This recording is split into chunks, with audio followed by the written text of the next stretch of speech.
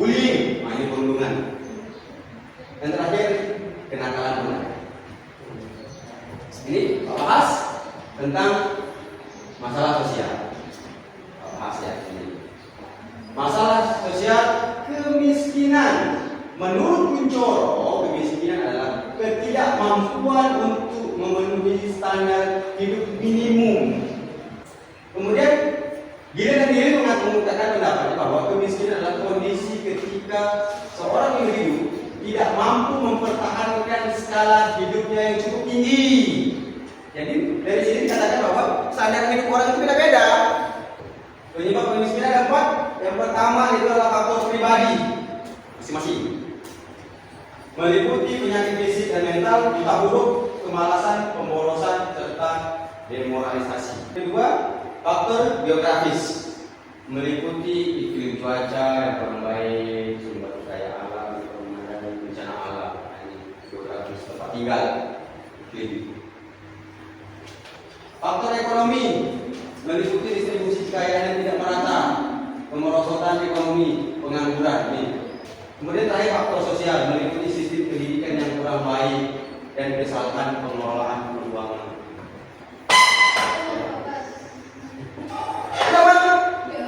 Wah, kalau kayak jatuh, wah. Bahaya tuh. Kadang-kadang sakit tuh enggak? Iya. Malunya itu. Malu tuh nggak ada obat, diingat orang sekarang.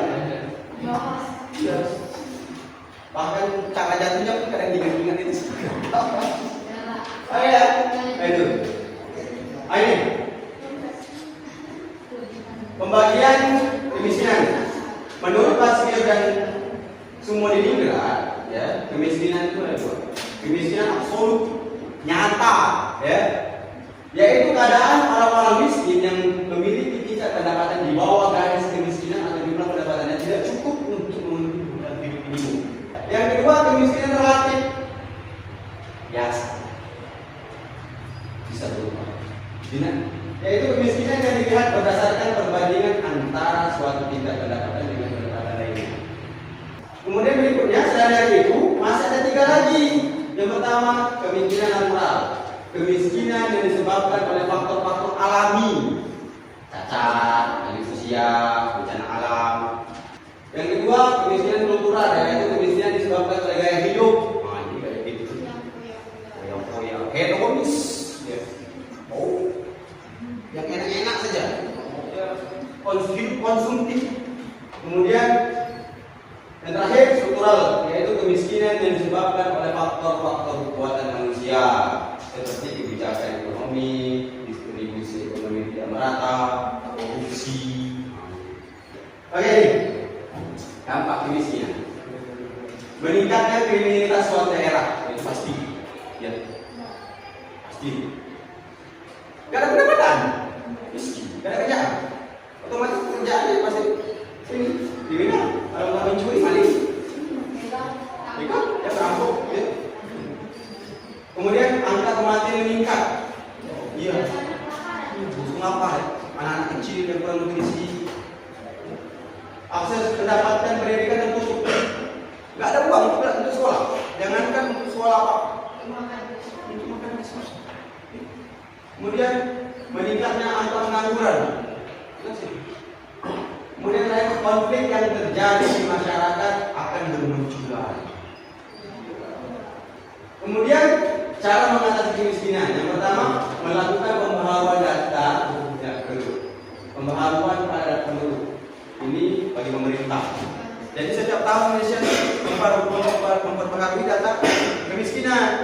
Tahun ini sekian persen, tahun kemarin sekian persen menurun, berarti punya datanya. Kemudian melakukan integrasi penyaluran bansos sosial, ya. Kemudian mengurangi beban pengeluaran masyarakat yang miskin dengan hampir miskin dengan cara memberikan bantuan, ya, subsidi. Memberikan insentif bidang pertanian, peternakan, perikanan ini, bantuan bibit, pupuk, ya, bantuan anak ayam, bebek, unggas, ya, perikanan, bibit-bibit ikan, gitu ya. Iya.